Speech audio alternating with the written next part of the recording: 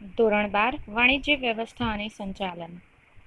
પ્રકરણ 1 સંચાલનના કાર્ય વિસ્તારો. આ પ્રશ્ન પણ એક્ઝામમાં 1 માર્ક્સમાં પૂછાઈ શકે છે કે સંચાલનના કાર્ય વિસ્તારો જણાવો, અથવા 2 માર્ક્સમાં પણ પૂછાઈ શકે છે.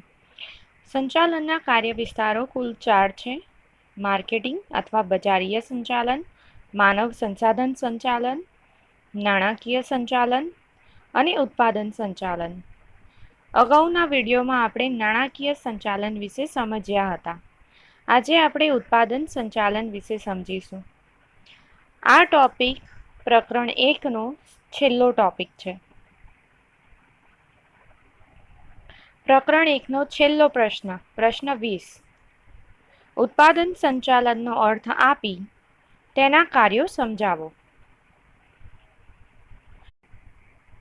સૌથી પહેલા આપણે ઉત્પાદનનો અર્થ સમજીએ.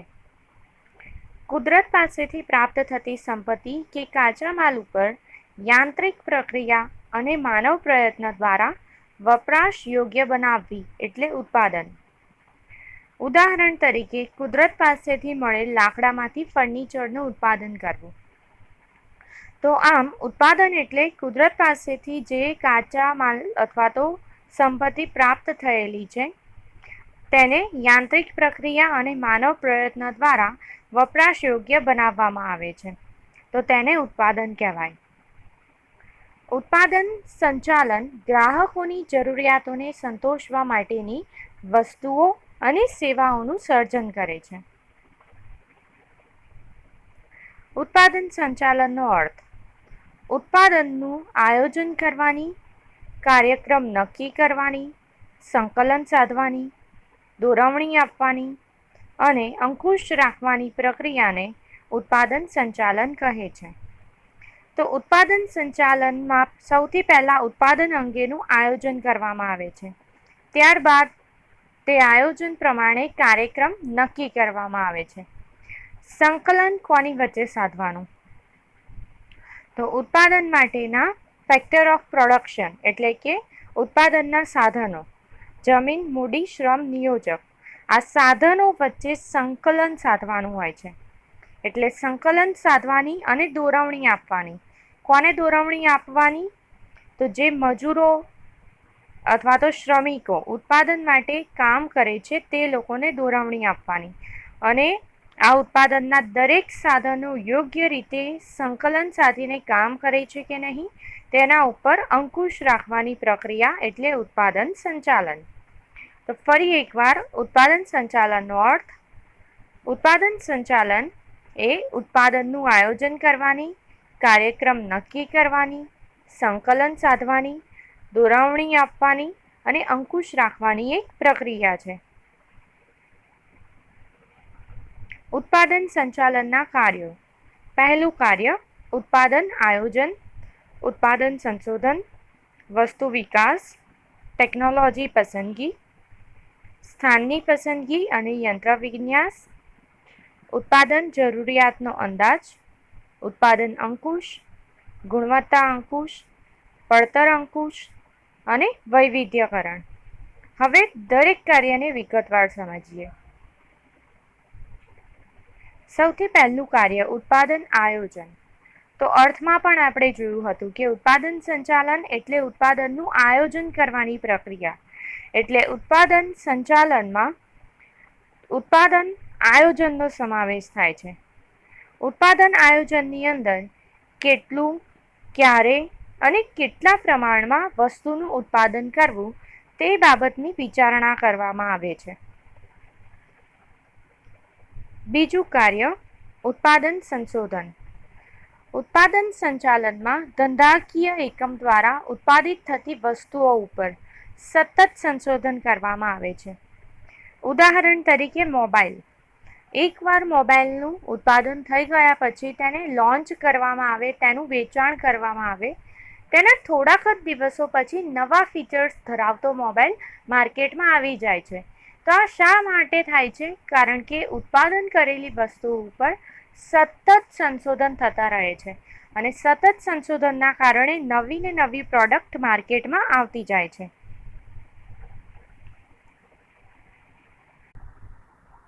ત્રીજું કાર્ય વસ્તુ વિકાસ. ઉત્પાદન સંચાલનમાં વસ્તુના વિકાસ માટેનું પણ આયોજન કરવામાં આવે છે.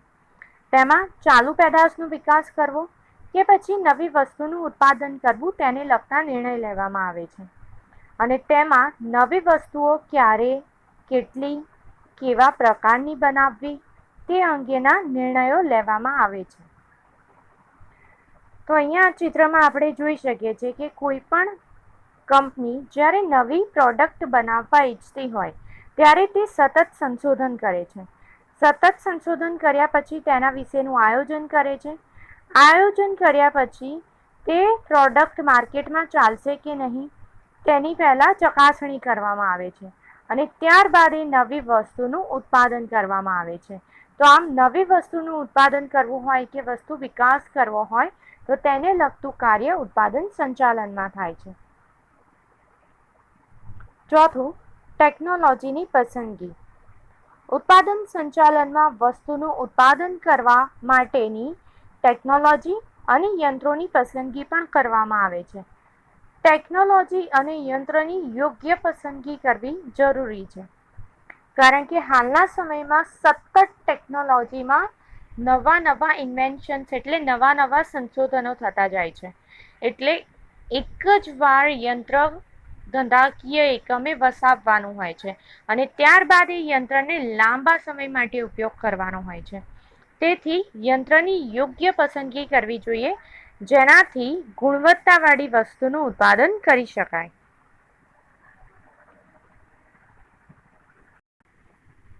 પાંચમું, સ્થાનની પસંદગી અને યંત્ર વિન્યાસ. ધંધાના સ્થાનની પસંદગી અને યંત્ર વિન્યાસ એટલે યંત્ર ગોઠવણી અંગેનો નિર્ણય ઉત્પાદન સંચાલનમાં કરવામાં આવે છે. ધંધાના સ્થાનની પસંદગી એટલે એ સ્થળની પસંદગી જ્યાં આગળ વસ્તુનું ઉત્પાદન કરવાનું હોય, અને આ વસ્તુનું ઉત્પાદન કરવા માટેનું જે સ્થાન છે એ ખૂબ જ અગત્યનું છે, કારણ કે આ સ્થળે કાચા માલને લાવવામાં આવે છે, ત્યારબાદ તેની ઉપર પ્રક્રિયા કરવામાં આવે છે અને તૈયાર માલને માર્કેટ એટલે કે બજારમાં મોકલવામાં આવે છે. અને આ તમામ પ્રક્રિયા દરમિયાન વાહન વ્યવહારનો ખર્ચ થાય છે અને સમયનો બગાડ પણ થાય છે. તેથી આ ધંધાકીય એકમનું સ્થાન એવું હોવું જોઈએ જ્યાં કાચા માલને સરળતાથી લાવી શકાય અને તૈયાર માલને સરળતાથી બજાર સુધી પહોંચાડી શકાય, જેમાં વાહન વ્યવહારનો પણ ઓછો ખર્ચ થાય અને સમયનો પણ ઓછો બગાડ થાય. બીજું છે યંત્ર વિન્યાસ અથવા યંત્રની ગોઠવણી. તો યંત્રની ગોઠવણી આ ધંધાકીય એકમના સ્થાનમાં એવી રીતે કરેલી હોવી જોઈએ જેના કારણે તેમાં કામ કરતા લોકો બિનજરૂરી હલનચલન ન કરે અને સમયનો બગાડ પણ ઓછો થાય. ઉદાહરણ તરીકે અમૂલ દૂધનું ઉત્પાદન થઈને એનું જ્યારે પેકિંગ થાય છે તો એનું પેકિંગનું સ્થળ હોય છે તે તેના કોલ્ડ સ્ટોરેજથી ખૂબ જ નજીકના સ્થળે રાખવામાં આવેલું હોય છે. જો તેનું સ્ટોરેજ દૂરના જગ્યાએ અથવા તો દૂર સ્થાન પર રાખવામાં આવ્યું હોય તો વસ્તુનું પેકિંગ થઈને તેને સ્ટોરેજ સુધી પહોંચાડવાનો સમય વધી જાય. એટલા માટે જ યંત્રની ગોઠવણી વ્યવસ્થિત થયેલી હોવી જોઈએ. છઠ્ઠું, ઉત્પાદન જરૂરિયાતનો અંદાજ. ઉત્પાદન માટે કેટલો કાચો માલ તેમજ માલ સામગ્રીની જરૂરિયાત રહેશે તેનો અંદાજ મેળવવામાં આવે છે, કારણ કે ધંધાકીય એકમમાં સૌથી પહેલાં કાચા માલની ખરીદી કરવામાં આવે છે અને કાચો માલ પર્યાપ્ત માત્રામાં હોવો જરૂરી છે.